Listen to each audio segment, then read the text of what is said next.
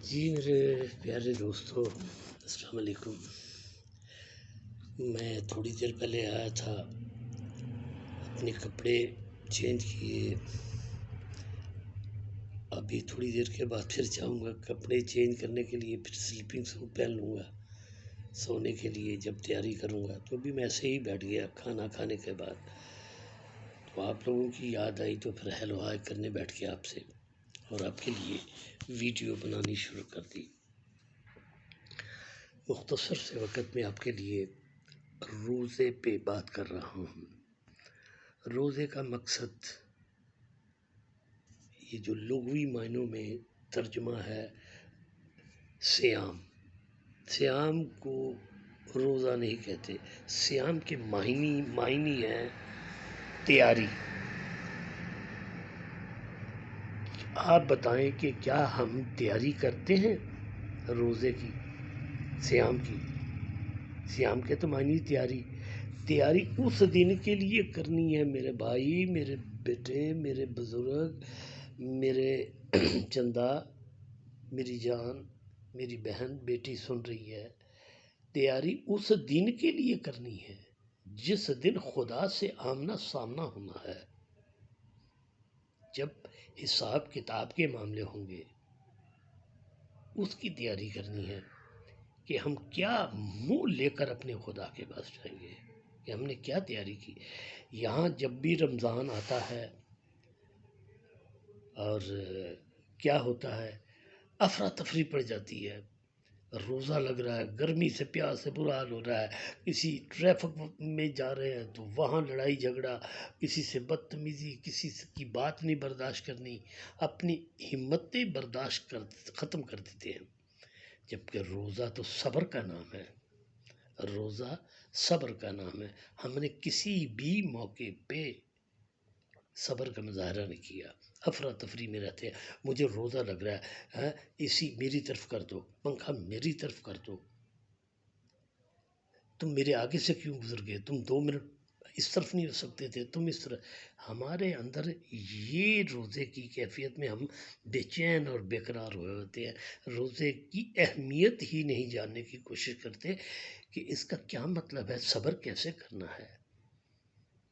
صبر تو اس طرح کرنا ہے جیسے اللہ کا رسول بتا کے گیا ہے۔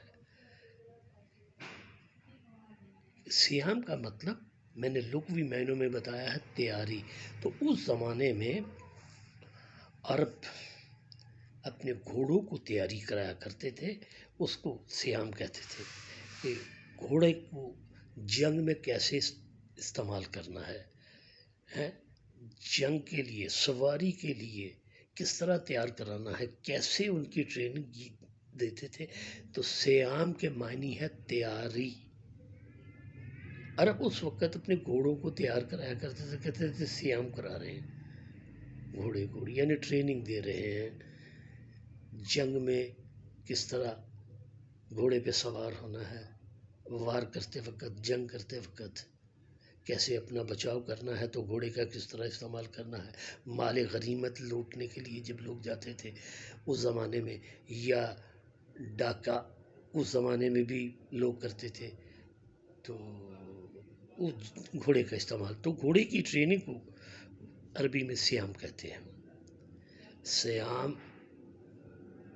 تیار کرو، ہم بھی کہتے ہیں تیار کرو اپنے آپ کو اس دن کے لیے جس دن یوم حساب ہوگا۔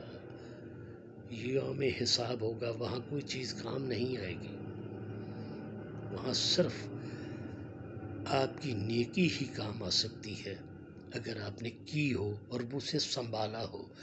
یہاں لوگ ایک نیکی کر کے اتنا اچھالتے ہیں، اتنا جتاتے ہیں کہ اس نیکی کا سارے ستیہ ناش کر دیتے ہیں۔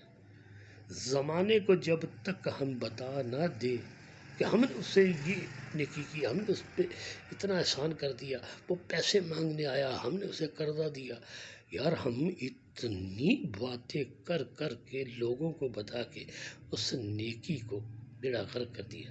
نیکی تو وہ ہے جو اس ہاتھ سے کی تو دوسرے ہاتھ کو پتہ بھی نہ چلے، نیکی کی اور دریا میں ڈالو۔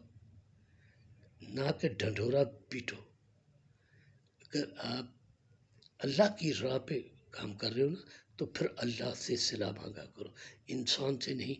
انسان کے پاس ہے کیا جو دے گا آپ کو؟ تانا ہی دے گا۔ ہمیشہ ان چیزوں سے بچے اور تعلیم اس پہ توجہ دے جو میرے اللہ کے رسول نے ہم تک پہنچائی، اور اس کی حفاظت کے لیے آئمہ معصومین اللہ نے 12 رسول کے نائب بھیجے جو اس کے دین کی حفاظت کر رہے ہیں۔ میرا خیال ہے گفتگو لمبی ہو جائے گی، پھر کسی دن بات کریں گے۔ سیام کا آپ کو مطلب بتا دیا کہ روزہ نہیں ہوتا، تیاری ہوتی ہے، اور تیاری کرے ایمان والو اللہ سے ملنے کی۔ السلام علیکم، خدا حافظ۔ اگر کوئی میری بات بری لگے تو پلیز ناراض نہ ہوا کریں۔ Thank you.